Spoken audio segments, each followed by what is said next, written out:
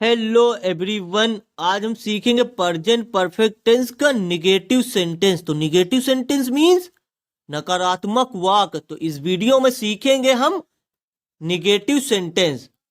तो negative sentence की पहचान, जिन वाक्यों के अंत में नहीं चुका है, नहीं चुकी है, नहीं चुके हैं आदि शब्द आते हैं तो वह वाक्य प्रेजेंट परफेक्ट टेंस का निगेटिव सेंटेंस होता है।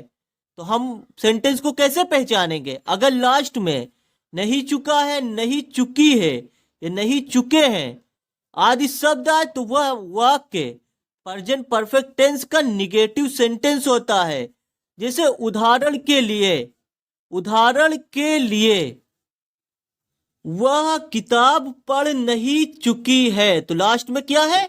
नहीं चुकी है। तो लास्ट में नहीं चुकी है, तो यह पहचान है प्रेजेंट परफेक्ट टेंस का निगेटिव सेंटेंस। तब हम पहचान जाएंगे कि ये प्रेजेंट परफेक्ट टेंस का निगेटिव सेंटेंस है। तो इस तरह से हम सेंटेंस को पहचानते हैं, क्योंकि इस सेंटेंस में लास्ट में चुकी है और वाक्य में नहीं भी है। तो यह पहचान है प्रेजेंट परफेक्ट टेंस का निगेटिव सेंटेंस।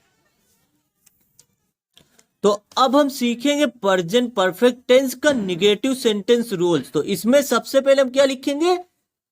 सबसे पहले हम लिखते हैं सब्जेक्ट। सबसे पहले सब्जेक्ट, और सब्जेक्ट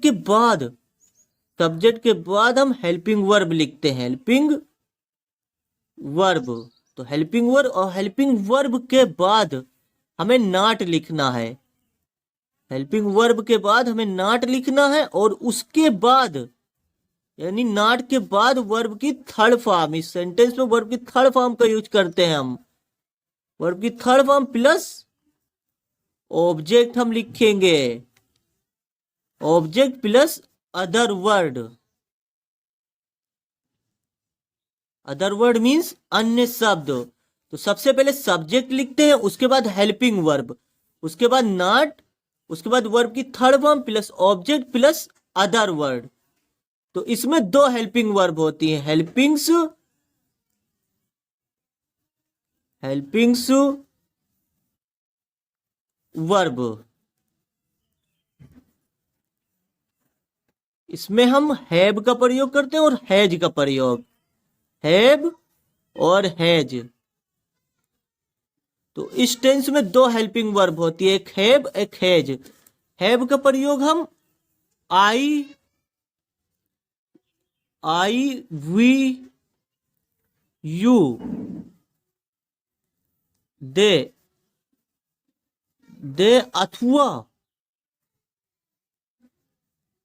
अथवा प्यूलर सब्जेक्ट के साथ करते हैं। प्यूलर सब्जेक्ट मीन्स बहुवचन कर्ता के साथ हैव का प्रयोग करते हैं। हैज का प्रयोग हम ही, सी, इट वह नेम के साथ करते हैं। वह नेम के साथ यूज करते हैं।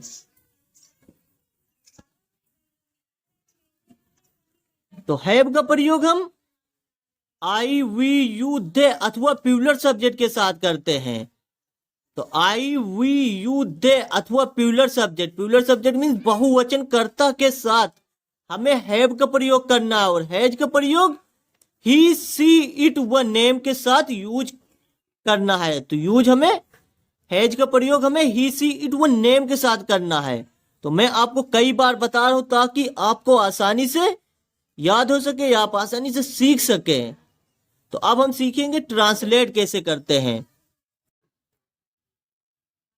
फॉर एग्जाम्पल, वह किताब पढ़ नहीं चुकी है। तो लास्ट में चुकी है और नहीं भी है। तो यह पहचान है प्रेजेंट परफेक्ट टेंस का निगेटिव सेंटेंस। तो सबसे पहले इसमें क्या लिखते हैं हम? सबसे पहले लिखेंगे सब्जेक्ट। तो सब्जेक्ट इसमें क्या है? वह सब्जेक्ट है। तो लास्ट में क्या है? नहीं चुकी है यानी लड़की है। तो सबसे पहले लिखेंगे हम सी। सबसे पहले सब्जेक्ट है सी, और सी के साथ हम किसका प्रयोग करते हैं? सी के साथ हम हैज का प्रयोग करते हैं। तो सी हैज। अब है तो सी, और सी के बाद हमने हैज का प्रयोग किया यानी सी के बाद हेल्पिंग वर्ब, उसके बाद हम क्या लिखेंगे, नॉट लिखेंगे, यानी नहीं के लिए भी हम नॉट लिखेंगे, नहीं के लिए नॉट लिखेंगे। और नॉट के बाद मैंने क्या बताया था, नॉट के बाद हम वर्ब की थर्ड फॉर्म लिखते हैं। तो इसमें वर्ब क्या है, पढ़ना वर्ब है, ये जो पढ़ना है ना ये वर्ब है। तो लिखेंगे क्या, she has not read, READ, read. तो इसे हम रेड पढ़ेंगे, इसे रीड नहीं पढ़ेंगे, रेड। तो she has not red.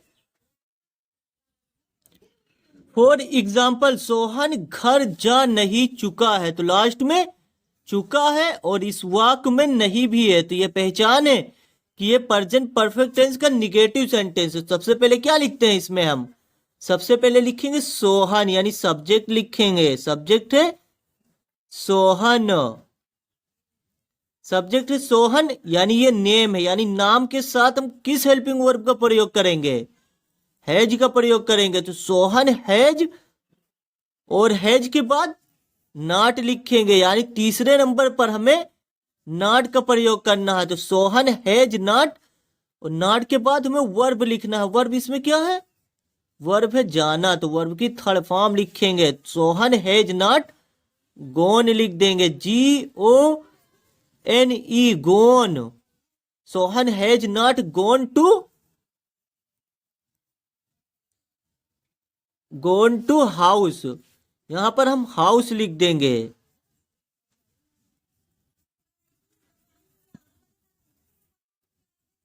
Sohan घर जा नहीं चुका है। तो Sohan has not gone to house. तो इस तरह से हम ट्रांसलेट करते हैं।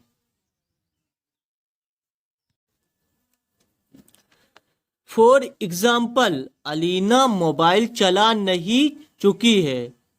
तो लास्ट में चुकी है और इस वाक्य में नहीं भी है। तो यह पहचान है प्रेजेंट परफेक्ट टेंस का निगेटिव सेंटेंस। तो हम पहचान जाएंगे कि यह प्रेजेंट परफेक्ट टेंस का निगेटिव सेंटेंस है। तो इसमें सबसे पहले क्या लिखते हैं हम, सबसे पहले लिखेंगे सब्जेक्ट। तो सब्जेक्ट क्या है, अलीना। तो ALINA, तो अलीना।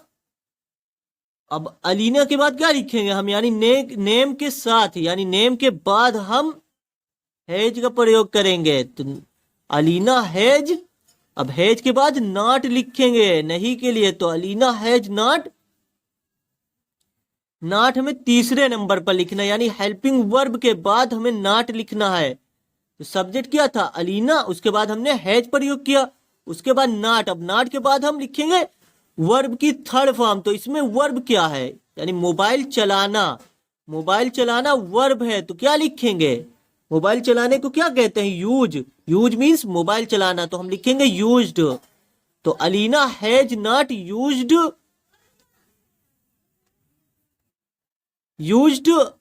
ये हो गया वर्ब की थर्ड फॉर्म, यानी मोबाइल ये चलाना वर्ब की थर्ड फॉर्म हो गई, यूज्ड। तो अलीना हैज नॉट यूज्ड। अब ऑब्जेक्ट क्या है, ऑब्जेक्ट है मोबाइल, यहाँ पे मोबाइल है ऑब्जेक्ट, लास्ट में हम मोबाइल लिख देंगे, मोबाइल। तो अलीना मोबाइल चला नहीं चुकी है। तो Alina has not used mobile.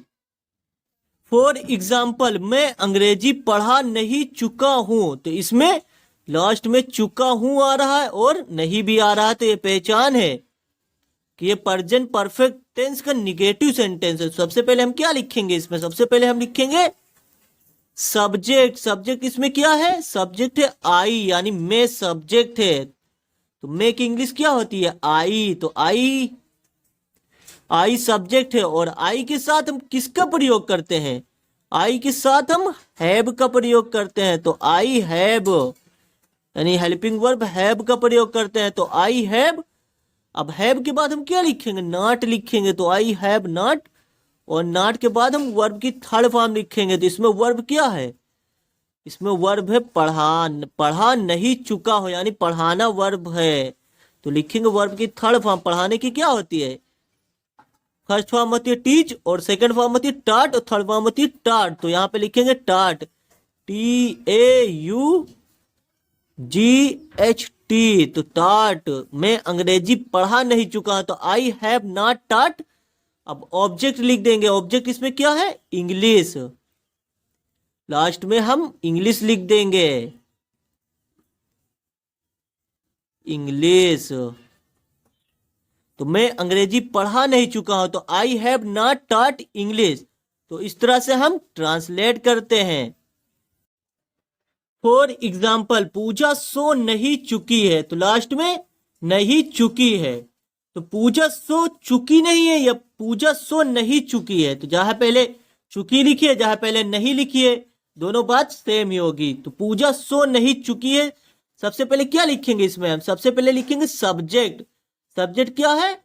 पूजा। तो पूजा की स्पेलिंग क्या होगी? आप चाहे पी यू लिखिए, चाहे पी डबल ओ लिखिए। तो हम यहाँ पे लिखेंगे पी डबल ओ, पूजा। जे ए, तो पूजा ये हो गया सब्जेक्ट। और सब्जेक्ट के बाद हम लिखेंगे हेल्पिंग वर्ब। तो नेम के साथ हम हैज का प्रयोग करते हैं, तो पूजा हैज। हैज के बाद हम नॉट लिखेंगे, तो पूजा हैज नॉट। अब लिखेंगे वर्ब, तो इसमें क्या है? वर्ब है सोना, वर्ब है ये। सोना जो है वर्ब है, सोना वर्ब है। हम वर्ब की थर्ड फॉर्म लिखेंगे, तो स्लेप्ट लिख देंगे। स्लीप मीन सोना, और थर्ड फॉर्म होती है स्लेप्ट। पूजा सो नहीं चुकी है, पूजा हैज नॉट स्लेप्ट। तो इस तरह से हम ट्रांसलेट करते हैं। फॉर एग्जाम्पल, वे घर में नहीं रह चुके हैं।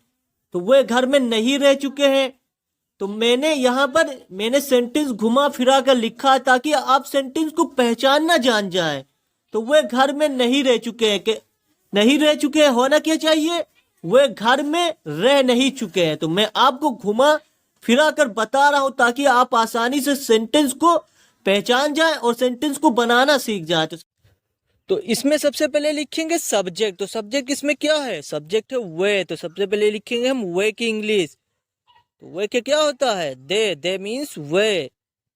और दे के साथ हम किस हेल्पिंग वर्ब का प्रयोग करेंगे? दे के साथ हम हैव का प्रयोग करेंगे।